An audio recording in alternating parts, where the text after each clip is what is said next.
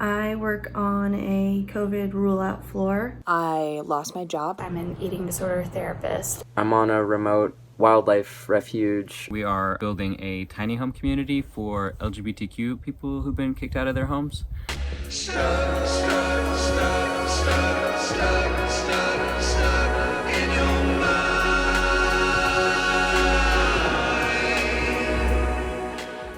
As with everywhere, we don't have enough masks and gowns and gloves and face shields and N95s. And now we have to take our temperature every morning, which I just did and entered. I was laid off. I'm a kitchen manager. I was a kitchen manager. Utah is saying we're at least 7 more weeks out from opening, which is like a really long time to not have a job. I'm really nervous for my clients. We can't go on meal outings to practice exposure therapy with them. We can't go to the grocery store for that same reason too. We're getting really creative. We're ordering in, and so they still get to practice the food stuff, but it's not in a restaurant setting. So I'm an ecology graduate student. For the past 5 years or so, I've been going out every summer to New Mexico to study birds, and I usually leave around late April or early May. I basically drove 24 hours straight, only stopping to sleep at a rest stop because I was too scared to sleep in a hotel. I think this is like the safest place that I could be.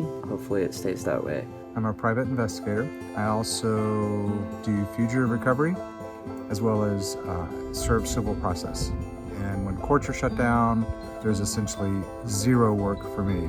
I work for a Fortune 500 company in the airline industry. It was deemed as a non-essential position. I do try to be careful, but I'm a little nervous. I've been reading all the Twitter stories that are like 30-year-old hospitalized, which probably means I should get off Twitter. I don't want to be the person that brings it home to my husband. I don't want to get sick myself. I don't want to spread it, so I'm trying to be super careful. It feels like people don't understand. Every time they go somewhere and see a new person and touch some stuff, that's one more day that I don't have a job.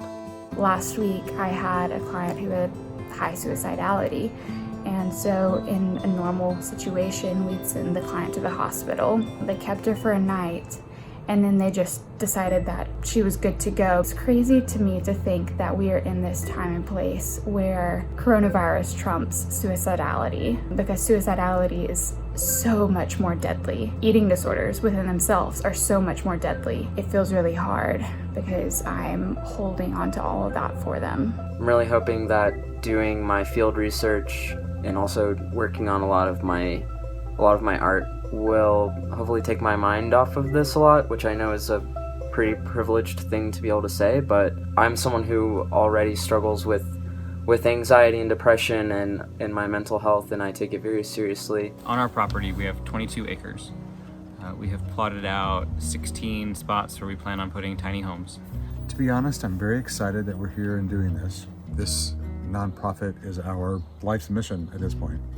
And so everything we do, every decision we make is pertinent to making sure that we can provide housing for homeless LGBTQ folk. I have a podcast, which it's actually made me feel extremely fortunate to have this side hustle that doesn't really require me to go anywhere, and it's helped me feel better about what's happening because I do feel like I'm contributing in some type of way to helping people.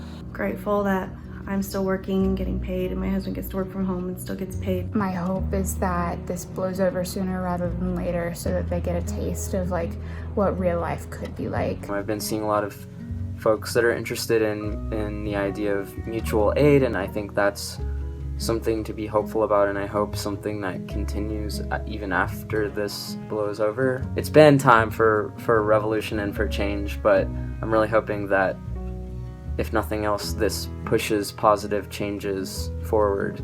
We have a little bit of cushion, which we're really blessed to have. A lot of other people don't have that cushion, and we worry about those people. Yeah.